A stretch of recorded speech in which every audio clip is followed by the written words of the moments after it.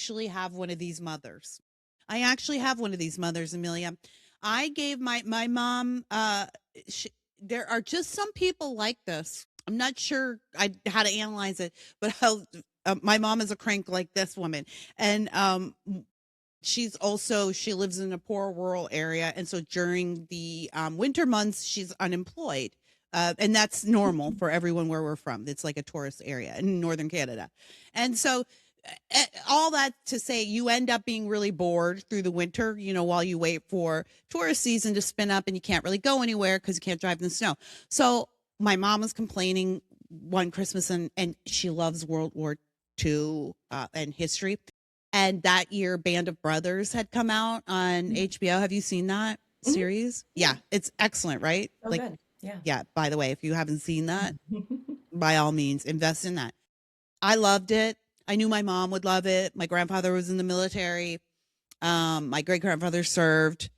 And so I went, and at that time you had to go like hunt down a box set.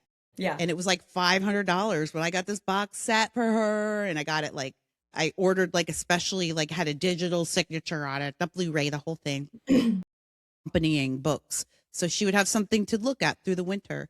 And I was so excited. I remember being so excited for her to open it, and I called her Christmas Day, and I was like, "Oh, so did you get the gifts? What'd you think?" And she said, "Why would you give me DVDs for Christmas?" And I was shocked. I didn't expect to hear that because I thought I was going to hear about the actors or the history. Yeah. And I was like, I think I stammered a little bit, and she said, "Oh, not that I'm not grateful, but you know that I like to read. Why would you give me HBO DVDs?" There are people like that, There are people like that, and sometimes they're your mom. One thing that I did love about this, though, is that sometimes when you hear these stories, the husband can't stand up to their mom. So I am delighted that the husband was like, "You sound crazy. You can just back up." So kudos to the husband. Right. The son, her son married to her the, son. Yeah, her son, the woman. Because her husband then just seemed, he's probably her part of the husband. problem. He's just used to her being insane and was like, "Please don't make it worse." Yeah. But Right. yes, her son, the knitter's husband. Yeah, you're right. And I wonder what, they've probably written other letters. We've probably read those letters. Yeah. They've probably written other letters of complaint about their family.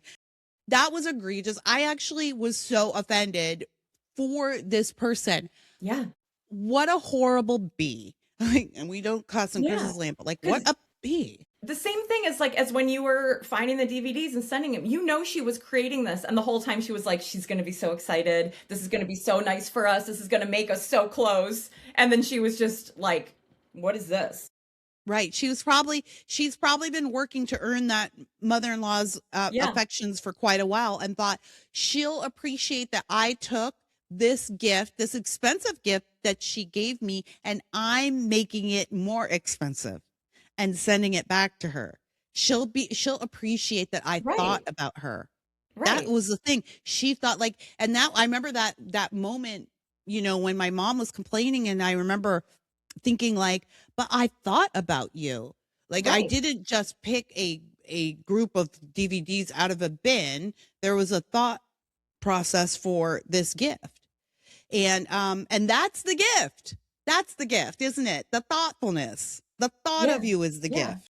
When you were reading the letter, I thought that she was going to say that she gave her back a gift card, to the same place in the same amount. And she was like, "I think she regifted it back to me." And that was going to be, and I was like, "Oh, that is weird," because you don't know for sure if she regifted it, and that's awkward. And why would she give the same gift? But come on. Yeah, I totally went into that letter expecting either that, or she went and bought expensive yarn and then gave it to me, for some reason. And she knows I don't knit, and why would she do this? To write a letter like that, I thought it just had to be crazy. It had to be something crazy. But no, it turns out your daughter-in-law is just a thoughtful and creative person and wanted to honor you with her time.